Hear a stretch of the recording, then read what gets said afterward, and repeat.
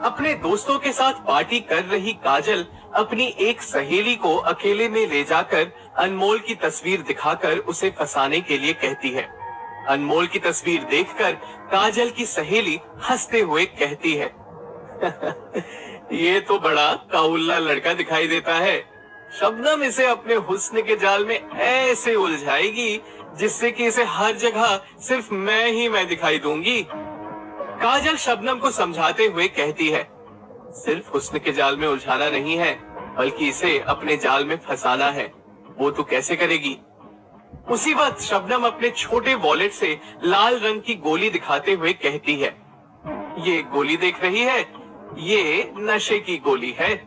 बस एक बार अनमोल इसको खा ले तो वो अपने अंदर के आग को काबू नहीं कर पाएगा।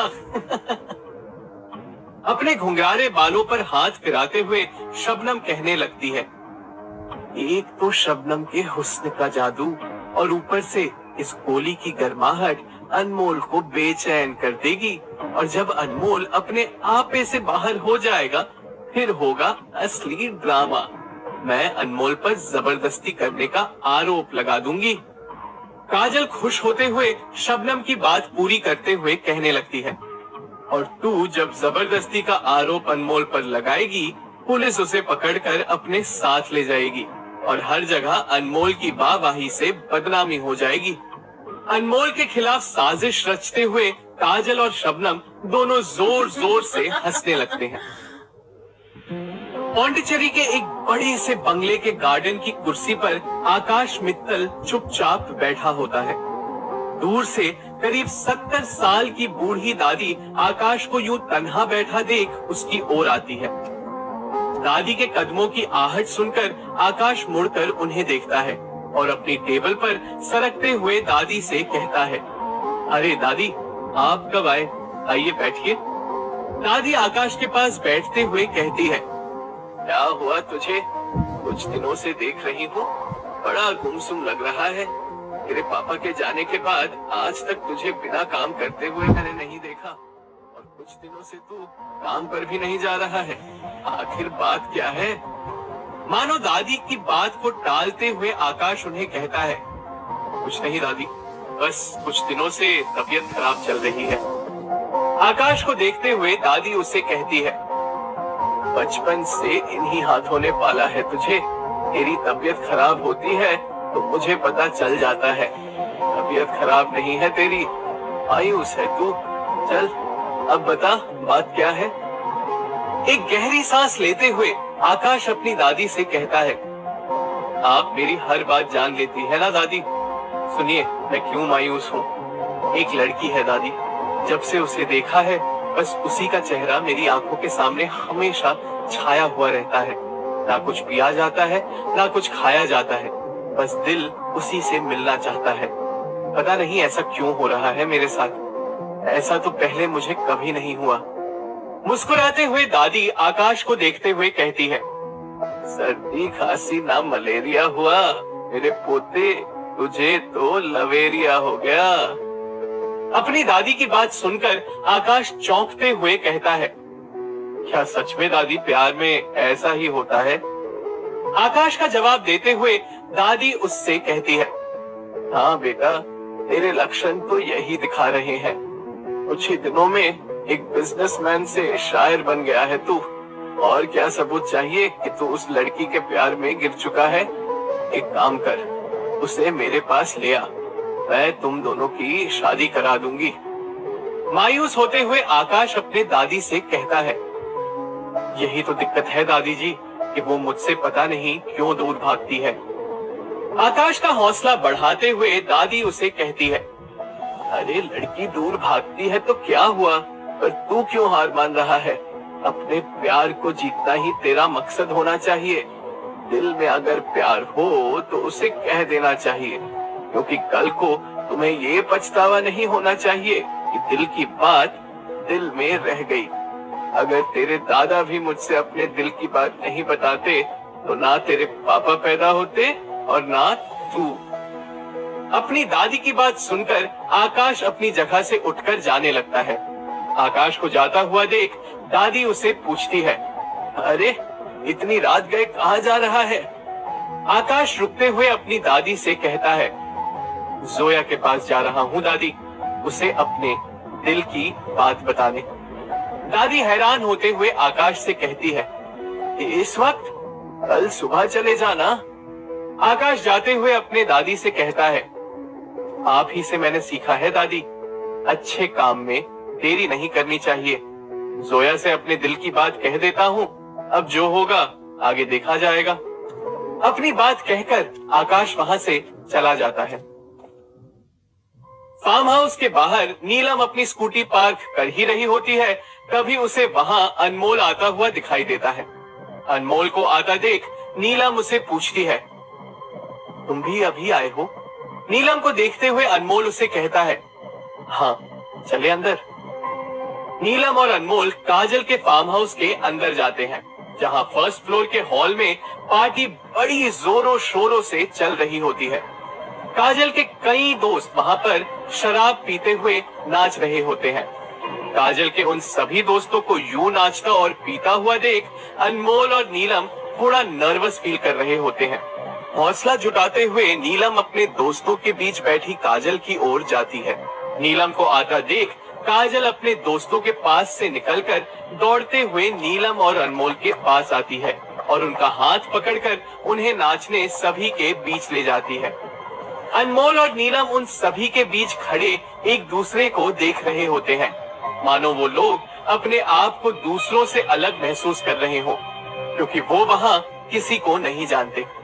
तभी शबनम अनमोल के पास आते हुए उसे कहती है, हाय, तुम ही अनमोल हो ना? मैं शबनम, तुम्हारी एंटीक्स की शॉप है ना? काजल ने मुझे सब बताया तुम्हारे बारे में। मुझे भी काफी एंटीक्स का शौक है। क्या तुम मुझे अपने फोन में कुछ अच्छे एंटीक्स दिखा सकते हो? इससे पहले कि अनमोल शबनम का जवाब देता, शबनम अनमोल का हाथ पकड़कर उसे वहां से ले जाती है।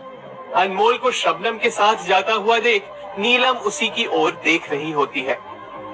शबनम अनमोल को पार्टी एरिया से दूर बालकनी में ले जाती है। बालकनी में ठहरे अनमोल और शबनम बातें कर रहे होते हैं। तभी बड़ी मदहोश आवाज में शबनम अनमोल से कहती है, तो बताओ ना, क्या है तुम्हारे पास? शबनम की मदहोश आवाज सुनकर अनमोल हैरान होते हुए पूछता है, मतलब? मैं कुछ समझा नहीं। शबनम अनमोल के बालों पर उंगली फेरते हुए कहती है, एंटीक्स की बात कर रही हूँ हैंडसम। वैसे तुम भी कोई नायाब चीज से कम नहीं हो।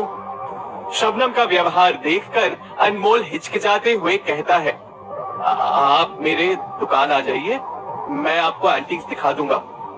शबनम से पीछा छुड़ाने के लिए मानो अनमोल बालकनी से जाने लगता है। तभी अनमोल को जाता हुआ देख शबनम अपने आप से कहती है, ये अनमोल तो शोला निकला, जिस पर शबनम के हुस्न का कोई जादू नहीं चल रहा है।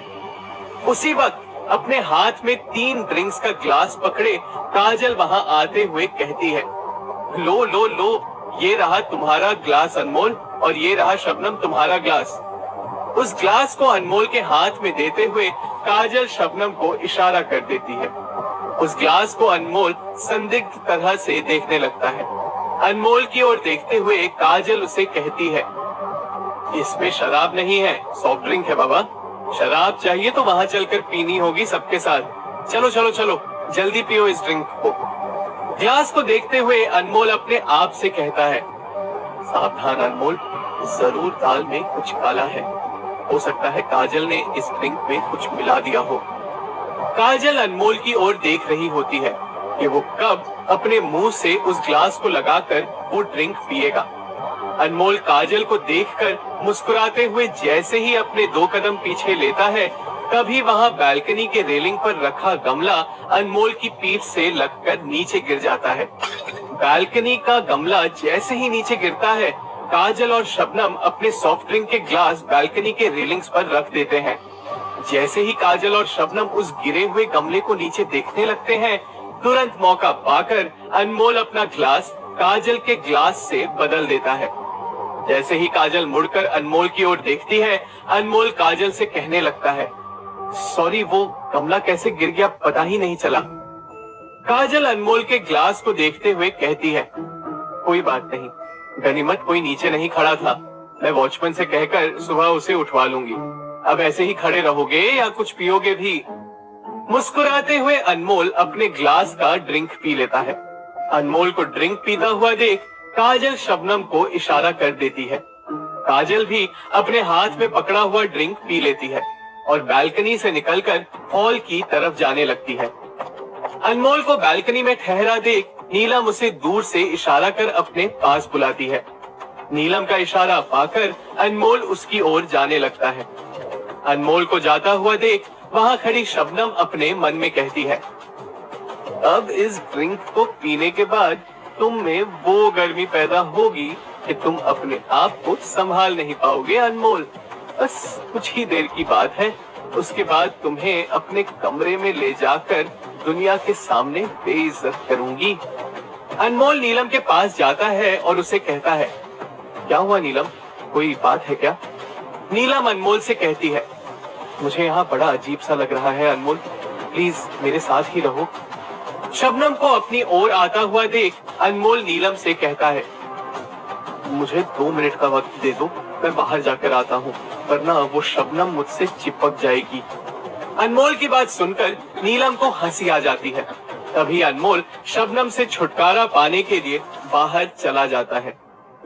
फर्स्ट फ्लोर से उतरकर अनमोल मदन गुप्ता के फार्म हाउस में टहल रहा होता है। उस फार्म हाउस की भव्यता को देखते हुए अनमोल कहने लगता है, काफी बड़ा फार्म हाउस बनाया है मदन गुप्ता ने, वहां चलकर देखता हूँ कि क्या है। फार्म हाउस को देखते हुए अनमोल कॉरिडोर से जा ही रहा होता है। तभी अनमोल का जादुई आईना जेब के अंदर से गर्म होने लगता है। जैसे ही अनमोल अपने आईने को बाहर निकालता है, वो देखता है कि उसका आईना तेजी से चमक रहा होता है। क्या है उस फार्म हाउस में जो अनमोल का आईना उसे दिखाना चाहता है? क्या छुपा हुआ है उस फार्म हाउस में कोई गहरा राज? क्या मिलेगा अनमोल को आगे उस फार्म हाउस में? जानने के लिए सुनते रहिए आईना, सच और झूठ का, ओनली ऑन पॉकेट एफएम।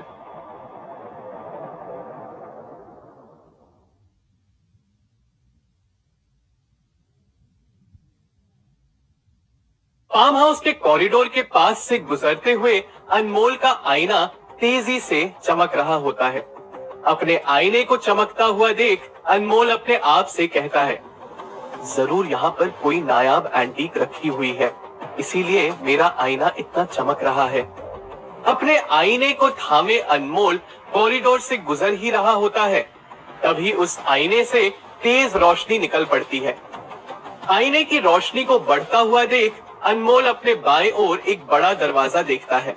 जैसे ही अनमोल उस दरवाजे की ओर मुड़कर खड़ा हो जाता है, उस आईने की रोशनी और बढ़ जाती है।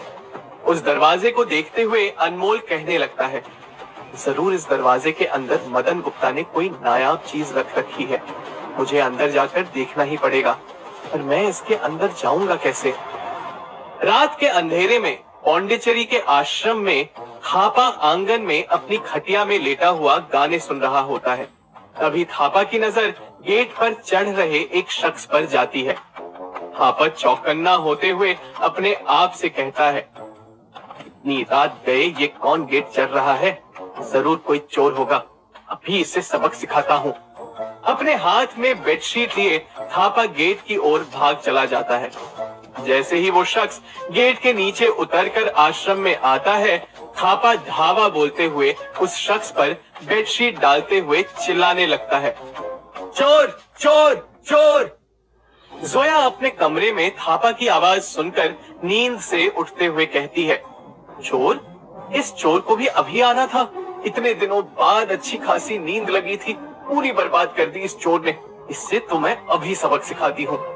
गुस्से से उठते हुए जोया कमरे से अपनी बेत की छड़ी लेकर गेट की ओर जाती है। गेट की ओर जाते हुए जोया को आश्रम के सारे बच्चे चिल्लाते हुए दिखाई देते हैं।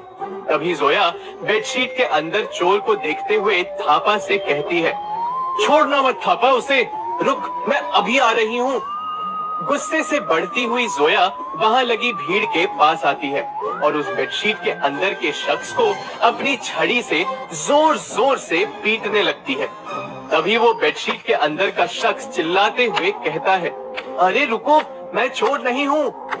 उस शख्स की आवाज सुनकर जोया बच्चों को शांत करते हुए कहती है, एक मिनट, ये आवाज तो जानी पहचानी लग रही है। जैसे ही वहां शांति छा जाती है, थापा उस शख्स के ऊपर से बेडशीट हटाता है। वहां खड़े सभी लोग उस शख्स को देखकर दंग रह जाते हैं, क्योंकि वो शख्स कोई और नहीं, खुद आकाश मित्तल होता है।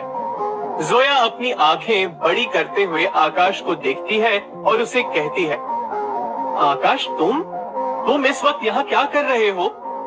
आकाश थापा को घूर कर देख रहा होता है। थापा डरते हुए आकाश से कहता है, गेट कूद के आ रहे थे तो मैं समझा चोर है, इसलिए आपको पकड़ लिया। आकाश अपने दांत पीसते हुए थापा से कहता है, 1 घंटे से गेट के बाहर खड़ा होकर तुम्हें आवाज लगा रहा हूँ, तुम्हें सुनाई नहीं देता?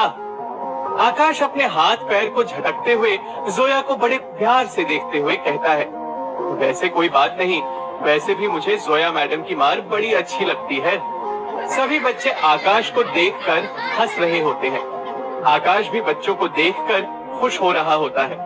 तभी जोया बच्चों को डांटते हुए कहती है, चलो अंदर जाओ, सोने का वक्त है ना तुम लोगों का, या फिर सिर्फ उछल कूद करनी है? थापा, बच्चों को यहाँ से ले जाओ। जैसे ही थापा बच्चों को वहां से ले जाता है, जोया आकाश से पूछती है, किस बात की चुल थी भाई कि इतनी रात गए गेट कूद कर आ गए? आकाश जोया का जवाब देते हुए कहता है, तुम्हें देखने की हसरत थी, तुमसे बात करने की तमन्ना थी और तुम्हारी मार खाने की भी इच्छा थी, इसलिए यहाँ चला आया। तुमसे कुछ जरूरी बात करनी है जोया। हैरान होते हुए जोया आकाश से पूछती है, ऐसी क्या बात है जो सिर्फ आधी रात को हो सकती है? इतनी भी क्या बेसब्री? हंसते हुए आकाश जोया से कहता है, अगर बेसब्र ना होता तो आज मिलियनेयर ना होता, बेसब्री तो खून में है मेरे। आकाश की बात सुनकर जोया उसे पूछती है, अच्छा बेसब्र इंसान, अब ये बताओ कि तुम्हें मुझसे क्या बात करनी है? आकाश तुरंत जोया से कह देता है, आई लव यू जोया, मैं तुमसे बहुत प्यार करता हूँ, और इसका मतलब ये नहीं है कि तुम भी मुझे हाँ ही बोलो। मैं बस अपनी दिल की बात तुम्हें कहने आया था, क्योंकि मेरी दादी ने कहा है कि अगर किसी के लिए दिल में प्यार हो तो उसे कह देना चाहिए। मेरे दिल में क्या है मैंने तुम्हें कह दिया, चाहे ये बात तुम्हें अच्छी लगे या बुरी। हैरान होते हुए जोया आकाश से कहती है, अजीब इंसान हो तुम, पर दिल के सच्चे भी हो। मुझे तुम्हारी ये सच्चाई बहुत अच्छी लगी, पर मैं तुमसे प्यार नहीं कर सकती, पर हाँ, हम अच्छे दोस्त जरूर बन सकते हैं। जोया का जवाब सुनकर आकाश मायूस होते हुए उसे कहता है, मुझे पता था कि तुम्हारा जवाब यही होगा, पर क्या करें, दिल तो बच्चा है जी। अब समझ में आया कि लोग प्यार में अंधे की मिसाल क्यों दिया करते हैं, क्योंकि प्यार सच में इंसान को अंधा कर देता है। खैर, तुम्हारी दोस्ती भी जोया मेरे लिए बहुत बड़ी चीज है। मुस्कुराते हुए जोया आकाश से कहती है, अब काफी देर हो चुकी है, आप भी घर जाकर सो जाइए, आपसे फिर कभी मुलाकात होगी। मुस्कुराते हुए आकाश जोया से कहता है, चलो, गेट चढ़कर आने का और छड़ी से मार खाने का कुछ तो फायदा हुआ। फिर मिलता हूँ जोया मैडम आपसे, बाय। जोया से अपनी बात कहकर आकाश वहां से चला जाता है।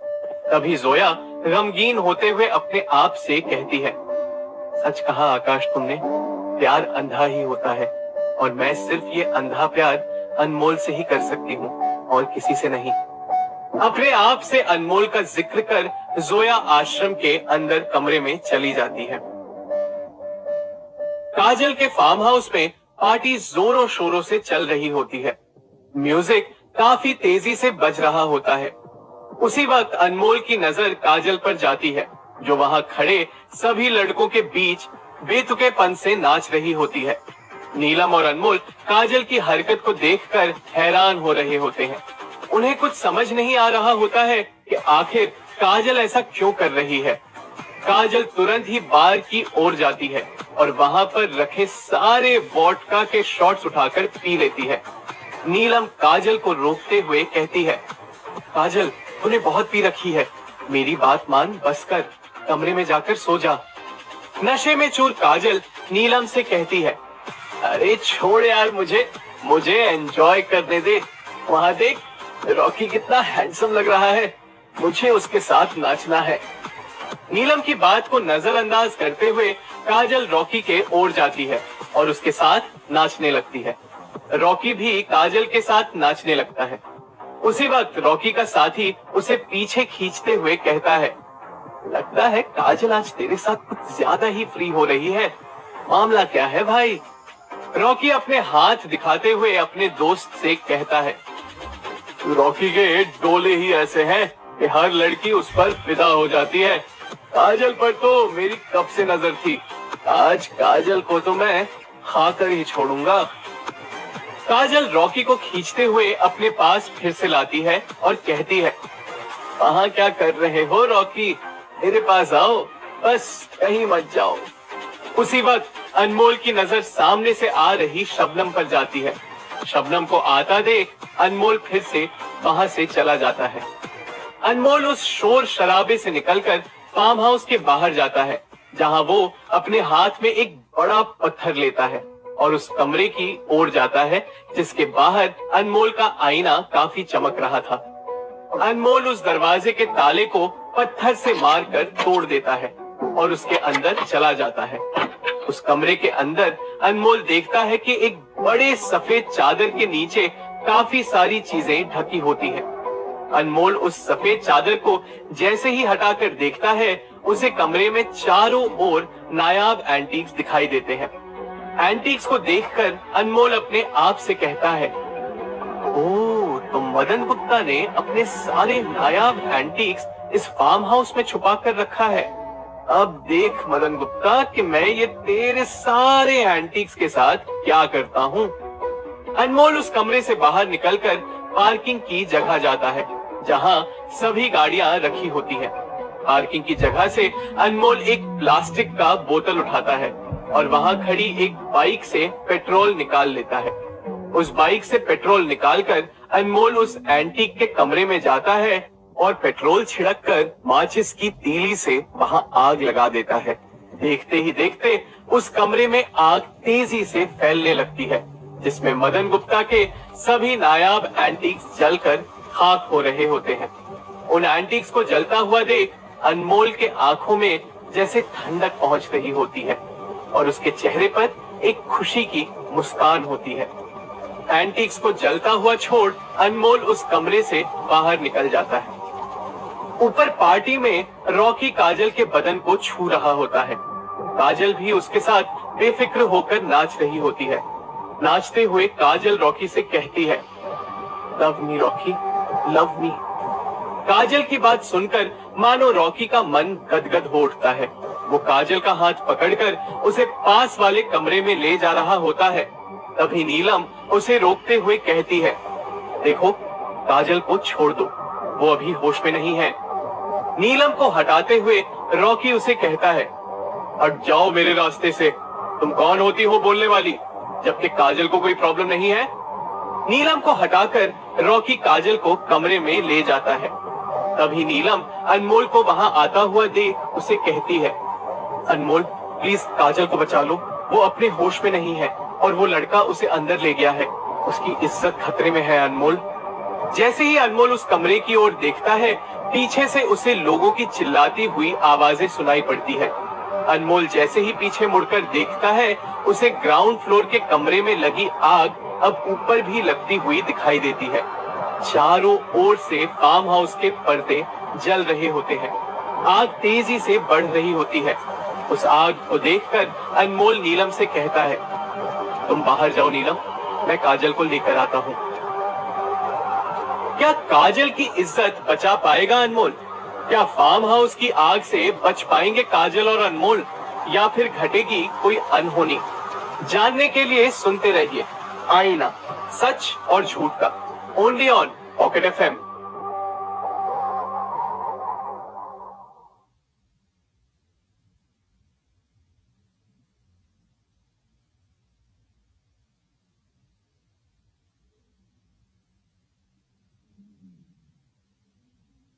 फार्म हाउस में आग। दोस्तों, अभी खरीदिए कोई भी कॉइन पैक और एंजॉय कीजिए एड फ्री लिसनिंग। उसमें आग को लगता हुआ देख अनमोल नीलम को तुरंत वहां से निकलने के लिए कहता है और खुद काजल को रॉकी से बचाने के लिए अंदर कमरे की ओर चला जाता है। बढ़ती हुई आग की परवाह किए बिना अनमोल उस कमरे में जा पहुंचता है जहां रॉकी काजल के साथ पलंग पर लेटा होता है। रॉकी अनमोल को यूं कमरे में दाखिल होता हुआ देख काजल से दूर हटते हुए कहने लगता है, कौन हो तुम? दिखाई नहीं देता कि हम क्या कर रहे हैं? बाहर जाओ यहाँ से। रॉकी अनमोल पर चिल्ला ही रहा होता है, तभी काजल उसे अपनी ओर खींचते हुए कहती है, इधर आओ ना रॉकी, प्लीज मुझसे दूर मत जाओ। काजल और रॉकी को देखकर अनमोल अपने आप से कहता है, बाहर एक आग लगी है और इन दोनों के अंदर एक अलग ही आग लगी हुई है। पता नहीं इसमें ज्यादा कौन सा खतरनाक है। अनमोल को वहीं खड़ा हुआ देख रॉकी अपने मसल्स दिखाते हुए अनमोल से कहता है, ये देख, रॉकी का 16 का डोला, मसल कर रख दूंगा तुझे, चल भाग यहाँ से। अनमोल गुस्से से रॉकी की ओर बढ़ते हुए कहने लगता है, ठहर बेटा, तेरे 16 का डोला का अभी दम निकालता हूँ। अनमोल रॉकी को पकड़कर उसे पीटने लगता है। जैसे ही रॉकी अनमोल को मारने आता है, अनमोल रॉकी का हाथ पकड़कर मोड़ते हुए कहता है, क्या हुआ तेरे मसल्स को? बहुत दिखा रहा था ना मुझे। दर्द के मारे रॉकी चिल्ला रहा होता है, प्लीज प्लीज प्लीज मुझे छोड़ दो प्लीज। तभी काजल रॉकी को छुटाते हुए अनमोल से कहती है, छोड़ो रॉकी को, ये मुझसे प्यार करेगा। काजल का जवाब सुनकर अनमोल तुरंत ही उसे एक तमाचा जड़ते हुए कहता है, और चाहिए प्यार? होश में आ पागल औरत। अनमोल से चाटा खाकर काजल का सर मानो चकरा जाता है। तभी रॉकी चिल्लाते हुए अनमोल से कहता है, मेरा हाथ छोड़ दो वरना बहुत पछताओगे। रॉकी को लात मारते हुए अनमोल उसे कहता है, तुझे छोड़कर मैं पछताना नहीं चाहता, तुझे तो मैं आज खूब पीटूंगा। रॉकी को पीटते हुए अनमोल उसे कहता है, नशे की हालत में लड़की का फायदा उठाता है, जानवर कहीं का। इतना कहकर अनमोल लात मारते हुए रॉकी को कमरे से बाहर भगा देता है। कमरे से बाहर आते ही रॉकी आग को देखकर डरते हुए वहां से दुम दबाकर भाग जाता है। कमरे में अनमोल काजल को समझाते हुए कहता है, काजल अपने होश में आओ, हमें जल्दी यहाँ से निकलना होगा, आग बढ़ते ही जा रही है। अनमोल की बाहों में गिरते हुए काजल उसे कहती है, और जो आग मेरे अंदर लगी हुई है उसे कौन बुझाएगा? तभी अनमोल टेबल के पास पड़ा पानी का जग उठाते हुए काजल के मुंह पर पानी दे मारता है और काजल को हिलाते हुए कहता है, होश में आओ काजल, होश में आओ। काजल धीरे धीरे अपने होश में आते हुए अनमोल से कहती है, ये क्या हो रहा है अनमोल? ये जलने की बदबू कहाँ से आ रही है और मुझे इतना पसीना क्यों आ रहा है? काजल अनमोल से बात करते हुए बेहोश हो रही होती है, पर अनमोल उसे संभालते हुए कमरे से बाहर लाता है। कमरे से बाहर लाते हुए अनमोल देखता है कि फार्म हाउस में लगी आग काफी बढ़ चुकी होती है। धुएं के कारण अनमोल को आगे का रास्ता बिल्कुल दिखाई नहीं देता। फिर भी अनमोल हौसला करते हुए काजल को अपने साथ बाहर की ओर ले जा रहा होता है। दहकती हुई आग को देखकर काजल का दिल भी दहल रहा होता है।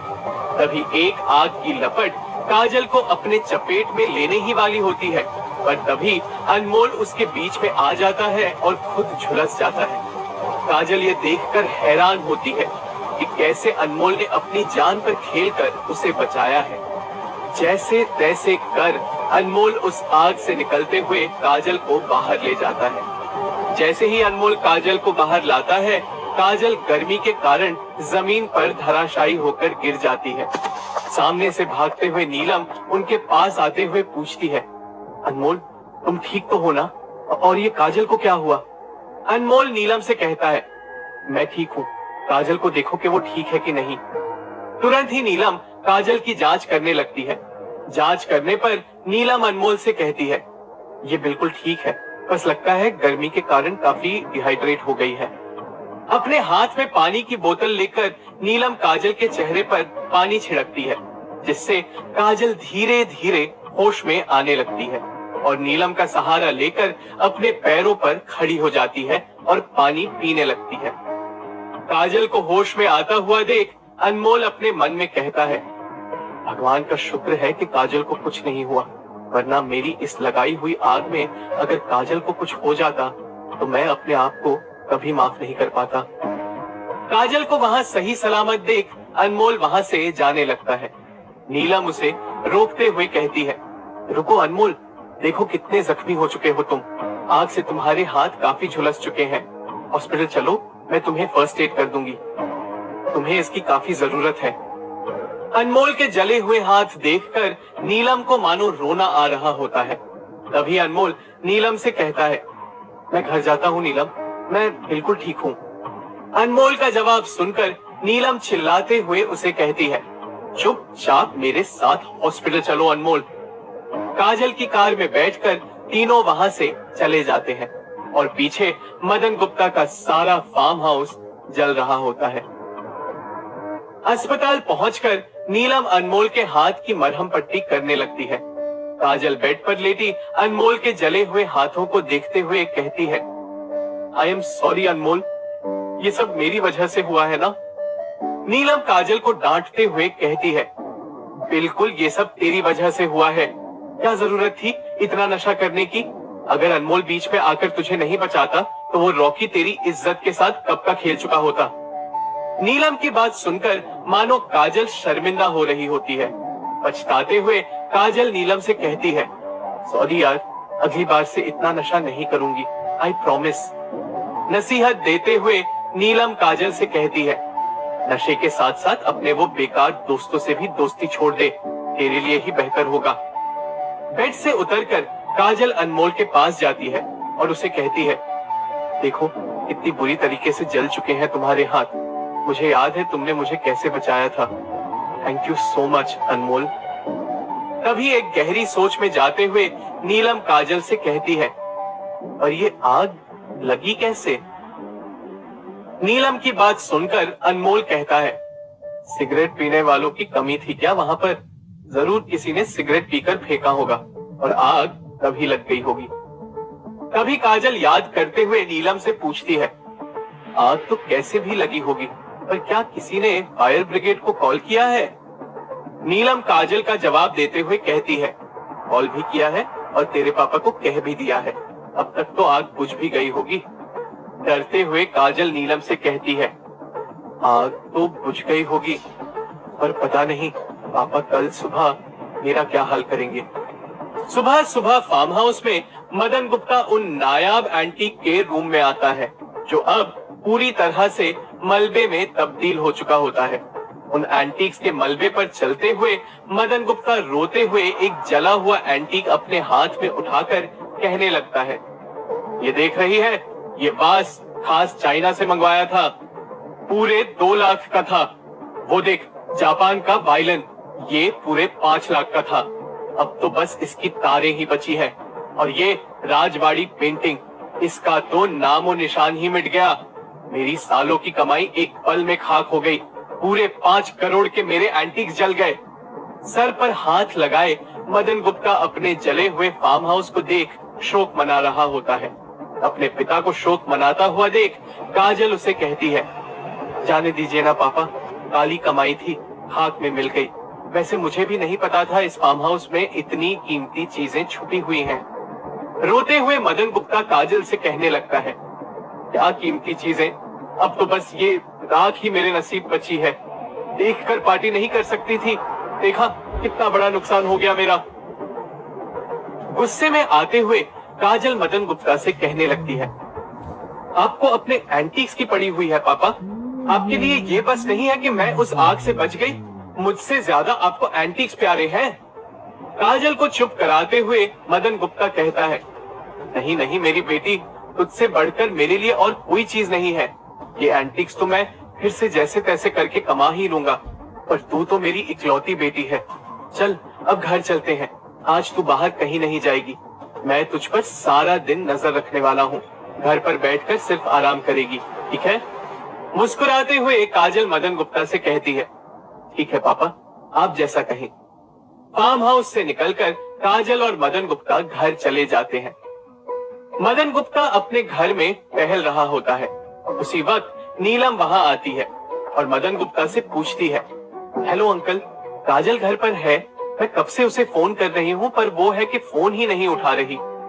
नीलम को देखते हुए मदन गुप्ता उसे कहता है, अरे नीलम बेटी, आओ आओ अंदर आओ, काजल अपने कमरे में ही है, शायद सो रही होगी इसलिए तुम्हारा फोन नहीं उठाया। मैंने इसे आज कहीं बाहर जाने से मना किया है, सिर्फ घर पर रहकर आराम करने के लिए कहा है। मदन गुप्ता की सराहना करते हुए नीलम उसे कहती है, ये बहुत अच्छा काम किया अंकल आपने, मैं उससे मिल लेती हूँ। नीलम काजल के कमरे में चली जाती है और उसे बेड पर आराम करता हुआ देख पूछती है, कब से तुझे कॉल किए जा रही हूँ मैडम, पर तू फोन क्यों नहीं उठा रही है मेरा? नीलम की बात सुन काजल अपना फोन देखते हुए कहती है, यार फोन साइलेंट पर है इसीलिए तेरे कॉल्स को देख नहीं पाई। उधर क्या खड़ी है, मेरे पास आ। काजल के पास बैठी हुई नीलम उसके उदास चेहरे को देखते हुए कहती है, क्या बात है, आज बड़ी उदास लग रही है, कोई बात है क्या?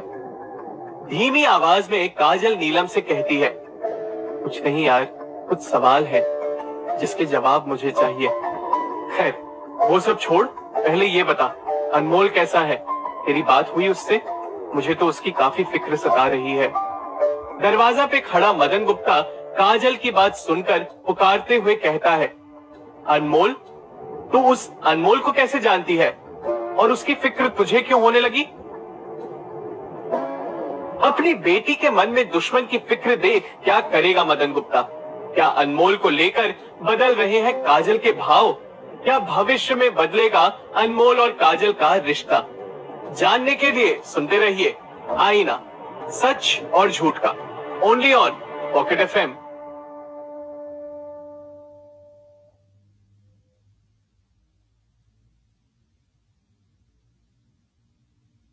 काजल के मुंह से अनमोल का जिक्र सुनकर मदन गुप्ता ताज्जुब करते हुए काजल से पूछता है कि आखिर वो अनमोल को जानती कैसे है। मदन गुप्ता को अनमोल के बारे में जवाब करता हुआ देख काजल उसे नीलम की ओर इशारा करती है, मानो वो अपने पिता से इशारों ही इशारों में अनमोल के बारे में बातें करने के लिए मना कर रही हो। तुरंत ही अनमोल की बात को बदलते हुए काजल नीलम के सामने ढोंग करते हुए अपने पिता से कहती है, पापा आपको बताया था ना अनमोल के बारे में, जो आपके यहाँ काम करता था, काफी अच्छा दोस्त है मेरा, और आपको पता है नीलम भी बहुत अच्छे से जानती है अनमोल को। कल जो फार्म हाउस में पार्टी थी, अनमोल भी वहाँ मौजूद था। काजल की बात खत्म होने पर नीलम मदन गुप्ता से कहने लगती है, आप तो अच्छे से जानते हो ना अंकल अनमोल को, कितना अच्छा लड़का है। अगर कल अनमोल पार्टी में नहीं होता तो शायद काजल के साथ कोई बड़ा हादसा भी हो सकता था।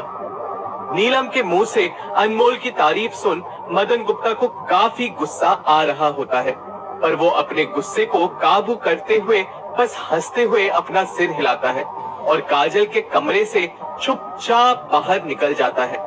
मदन गुप्ता के जाने के बाद नीलम भी अपनी जगह से उठते हुए काजल से कहती है, चल काजल, मैं अभी निकलती हूँ, बस तेरी तबीयत देखने आई थी, अच्छे से रेस्ट लेना, तुझे रेस्ट की काफी जरूरत है। नीलम को रोकते हुए काजल उसे कहती है, अरे अभी आई और अभी जा रही है, थोड़ी देर रुक कर तो जा।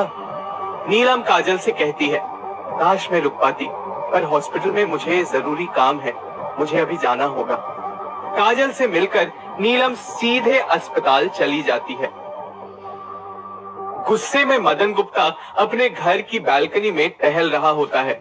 उसी वक्त काजल वहां आती है और मदन गुप्ता से कहती है, क्या हुआ पापा, बड़े परेशान लग रहे हैं आप, कोई बात है क्या? काजल की बात सुन मदन गुप्ता कटाक्ष करते हुए उसे कहता है, नहीं बेटा, कोई बात नहीं है, यूं ही खामखा परेशान हो रहा हूं मैं। मदन गुप्ता की टांग खींचते हुए काजल उसे कहती है, बेकार में क्यों परेशान हो रहे हो पापा, जाइए और जाकर चुपचाप सो जाइए, चुप्पी अपना खून क्यों जला रहे हो? गुस्से में आते हुए मदन गुप्ता काजल पर चिल्लाते हुए कहता है, चुप्पी खून नहीं जला रहा हूं मैं अपना, तुझे अच्छे से पता है कि आखिर बात क्या है।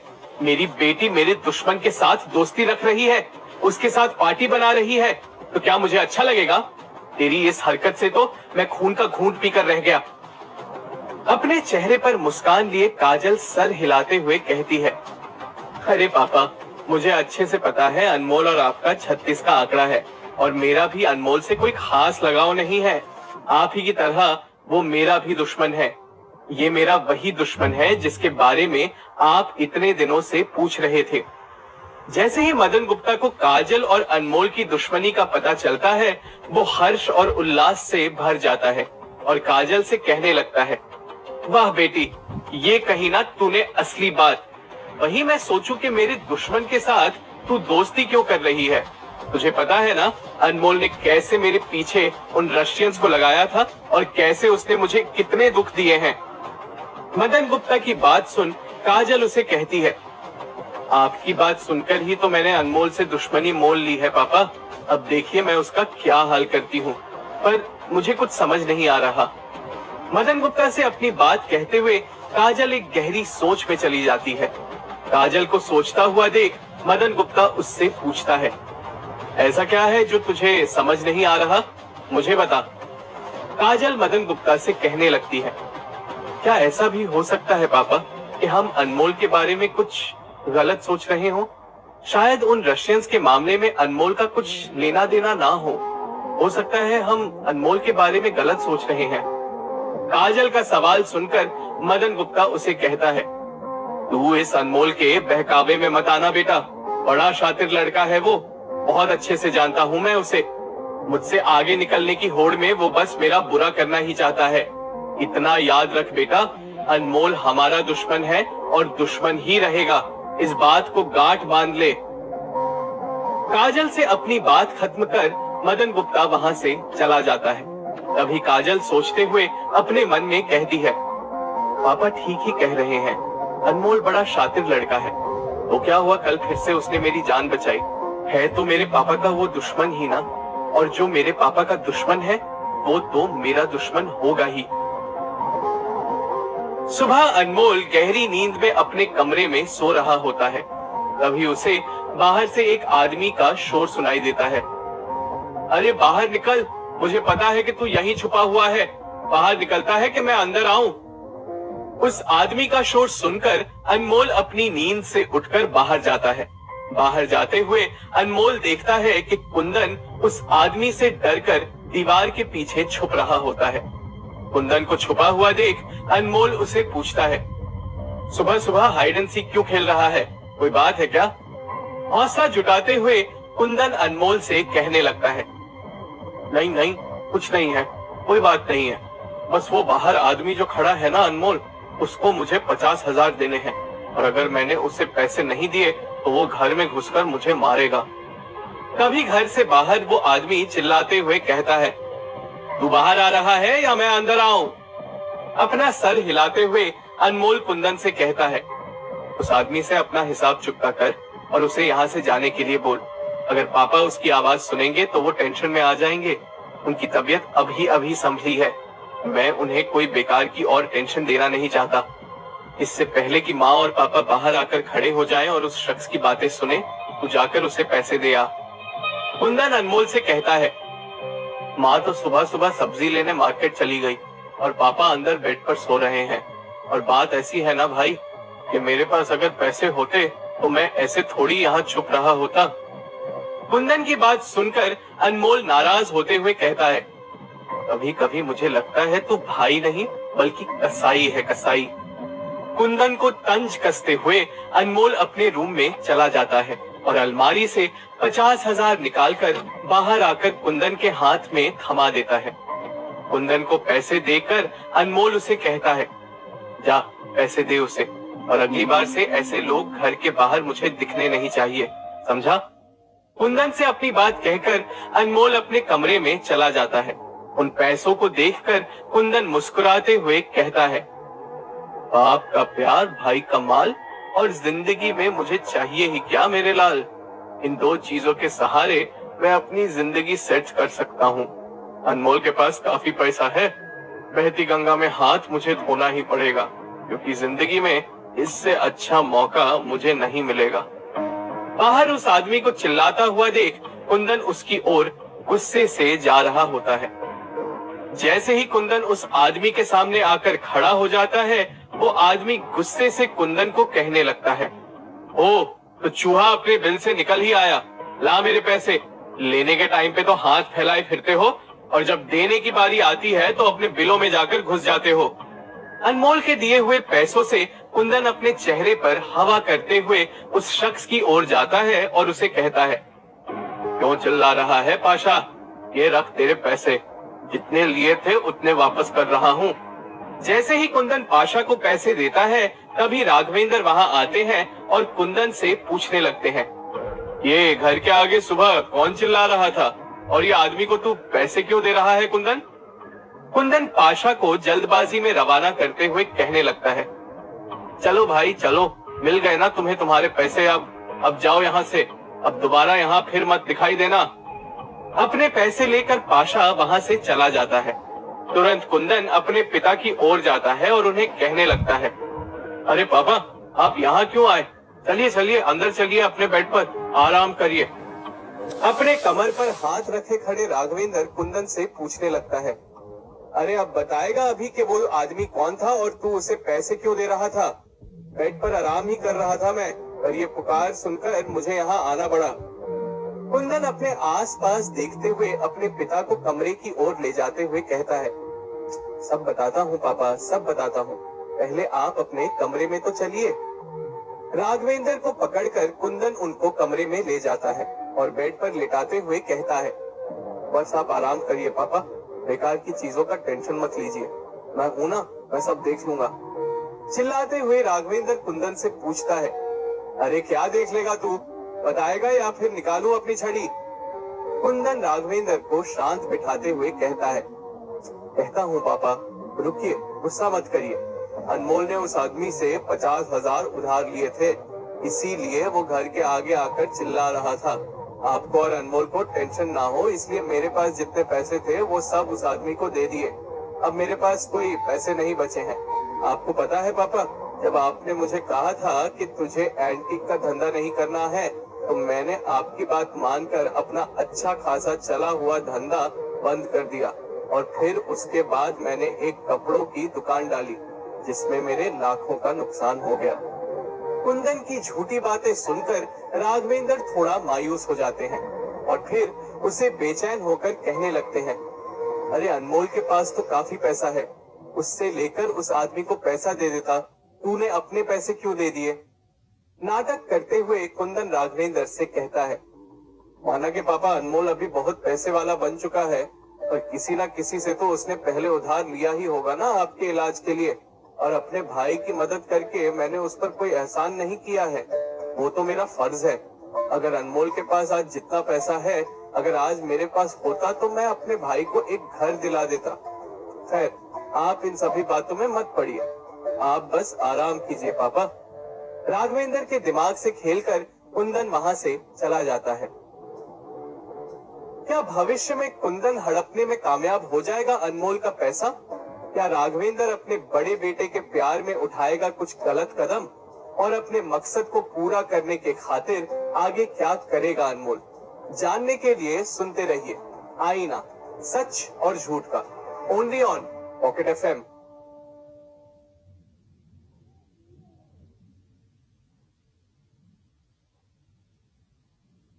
अनमोल अपने कमरे में तैयार होकर दुकान के लिए निकल ही रहा होता है, तभी अपने हाथ में सब्जियों की थैली पकड़े चंदा वहां आती है।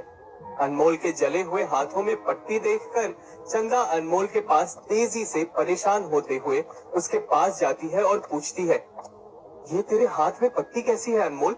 कैसे लगी तुझे ये माल? ला दिखा मुझे। चंदा अनमोल के हाथों को पकड़कर उसे देख रही होती है कि तभी अनमोल अपने हाथों को खींचते हुए चंदा से कहता है, अरे कुछ नहीं हुआ है माँ, थोड़ी सी चोट लगी है बस। अब मुझे जाने दे, मुझे दुकान भी खोलनी है। डांटते हुए चंदा अनमोल से कहती है, कहीं नहीं जा रहा है तू, चुपचाप घर में बैठकर आराम कर। इतने दिनों से तेरी जिंदगी में बस भाग दौड़ ही चल रही है, अब तो आराम कर ले। चंदा को देखते हुए अनमोल उससे कहता है, आराम करने बैठ जाऊंगा तो कौन तुझे और पापा को कार में घुमाने ले जाएगा? अगर मैं आराम करने बैठ जाऊंगा तो कौन तुझे और पापा को आलीशान घर में एक चैन की जिंदगी दे पाएगा? ये सब मुझे कमाना है ना माँ। इन छोटी मोटी चोटों को लेकर बैठ जाऊंगा तो ये सब काम कौन करेगा? अनमोल की बात सुनकर चंदा उसके गाल पर हाथ रखते हुए कहती है, गाड़ी बंगले से ज्यादा तू हमें प्यारा है बेटा। जब तक तू चैन से नहीं रहेगा तो ये गाड़ी बंगला हमारे किसी काम का नहीं। घर से निकलते हुए अनमोल अपने माँ से कहने लगता है, तुझे और पापा को देखकर ही तो मुझे चैन मिलता है माँ। जब तक तुझे एक बंगला और पापा को कार की सवारी नहीं करा देता तब तक मुझे चैन नहीं आएगा। ठीक है माँ, चलता हूँ मैं। अपना सर हिलाते हुए चंदा अनमोल को जाता हुआ देखती है। तभी कुछ ही दूर में खड़ा कुंदन चंदा और अनमोल की बातें सुनते हुए अपने आप से कहता है, खूब मेहनत कर भाई, खूब पैसे कमा, कि जितना तू कमाएगा उतना मेरा भी भला होता रहेगा। अपने आप से बात कर कुंदन शातिर तरीके से हंसने लगता है। अनमोल पैदल अपने रास्ते अपनी दुकान जा रहा होता है। अचानक से उसके पैरों के आगे एक बड़ी कार आकर रुक जाती है। उस कार से उतरते हुए मदन गुप्ता इतराते हुए अनमोल के पास जाता है और उसे कहता है, क्या अनमोल, तब तक यूं ही पैदल फिरता रहेगा? मुझे देख, 30 लाख की कार में फिरता हूँ। तू भी एक छोटी मोटी कार क्यों नहीं खरीद लेता? वो कैसे खरीदेगा? बाप के इलाज में पूरे पैसे खत्म हो गए होंगे ना तेरे। सिर्फ दुकान खोलने से कोई बड़ा एंटीक डीलर नहीं हो जाता, क्लास भी मेंटेन करनी पड़ती है, क्लास। चुपचाप अनमोल मदन गुप्ता की बात सुनता है और उसके किसी बात का जवाब नहीं देता। अनमोल को नीचा दिखाकर मदन गुप्ता वहां से हंसते हुए वापस अपनी कार में बैठ जाता है और वहां से चला जाता है। तुरंत ही अनमोल अपने जेब से फोन निकालकर सलीम को कॉल लगाकर कहता है, हेलो सलीम भाई, आपसे एक जरूरी काम है, अभी मिल सकते हो आप? फोन पर सलीम अनमोल से कहता है, ठीक है, मैं अभी आता हूँ। सलीम से बात कर अनमोल अपनी दुकान में चला जाता है। अपनी दुकान में बैठा अनमोल अपने कुछ कागजात निकालकर काउंटर के बाहर रख रहा होता है। उसी वक्त सलीम अनमोल के पास आता है और काउंटर पर रखे कागजात देखते हुए कहता है, ये Aadhaar card, passport size photo, bank का पासबुक, ये सब क्यों निकाल के रखा है? अनमोल सलीम को देखते हुए कहता है, ओ आप आ गए सलीम भाई, मैं आप ही का इंतजार कर रहा था। और मैं ये सब अपने आईडी कार्ड्स में इसलिए निकाल रहा हूँ क्योंकि मुझे कुछ खरीदना है। अपनी आंखें छोटी करते हुए सलीम अनमोल से पूछता है, क्या खरीदना है तुझे, जिसके लिए तूने मुझे इतनी जल्दी बुलाया? अनमोल बाहर खड़ी सलीम की कार को देखते हुए उसे कहता है, सोच रहा था सलीम भाई, टार्ज़न जैसी कार मेरे पास भी आ जाती तो बहुत अच्छा होता। खुश होते हुए सलीम अनमोल से कहता है, चल आखिर में वक्त तो मिला तुझे कि अपने लिए तो कुछ कर सके। अगर 2-3 दिन और तू अपने लिए कार नहीं खरीदता तो मैं ही तुझसे कहता कि भाई कार खरीद ले। वैसे तुझे 6 से 7 लाख में एक अच्छी कार मिल जाएगी। अपना सर हिलाते हुए अनमोल सलीम से कहता है, 6 से 7 लाख वाली कार नहीं, सिर्फ मर्सिडीज चाहिए मुझे। अनमोल की बात सुनकर सलीम चौंकते हुए कहता है, मर्सिडीज? अभी बजट है तेरा इतना? अपना सर हिलाते हुए अनमोल सलीम से कहता है, बजट नहीं है मेरे पास, पर ईएमआई में ले लूंगा। सलीम अनमोल को समझाते हुए कहता है, क्यों इतना लंबा जा रहा है, पहले छोटा कार ले ले, बाद में बड़ी कार लेना।